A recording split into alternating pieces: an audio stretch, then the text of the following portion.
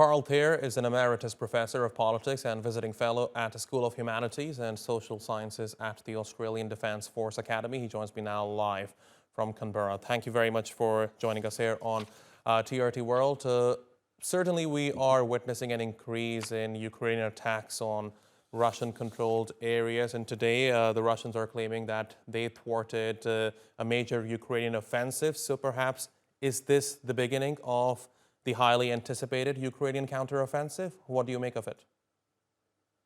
Well, I would expect an offensive to begin with fences here and fences there, just to test the Russian reaction. So it's too early to judge.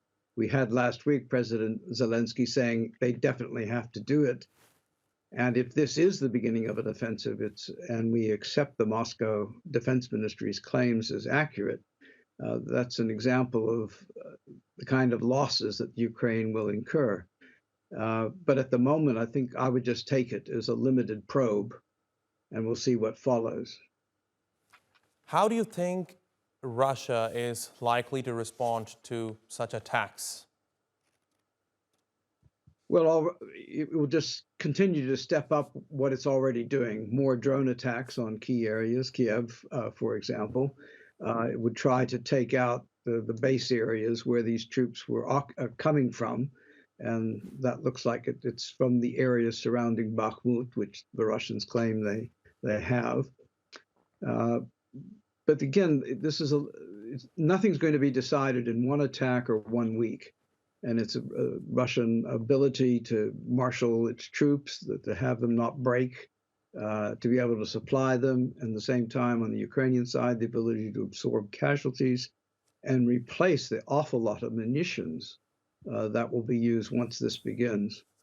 So it's a protracted period, and where the observers are right, it's vital, because failure by Ukraine can see a lessening of international support and calls for a negotiated end, ceasefire in place.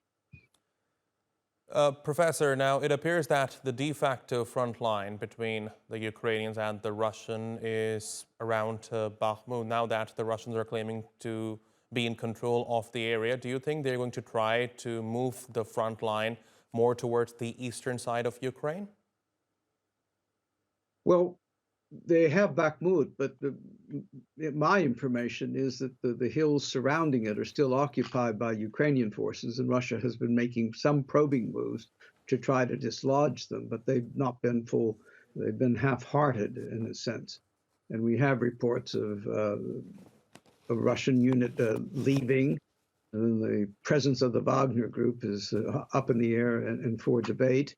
But the pressure on Donetsk hits that salient, in other words, where there's a bend in the territory of Ukraine as it borders Russia, and it would, in a sense, help split the Russian forces into a north and south group.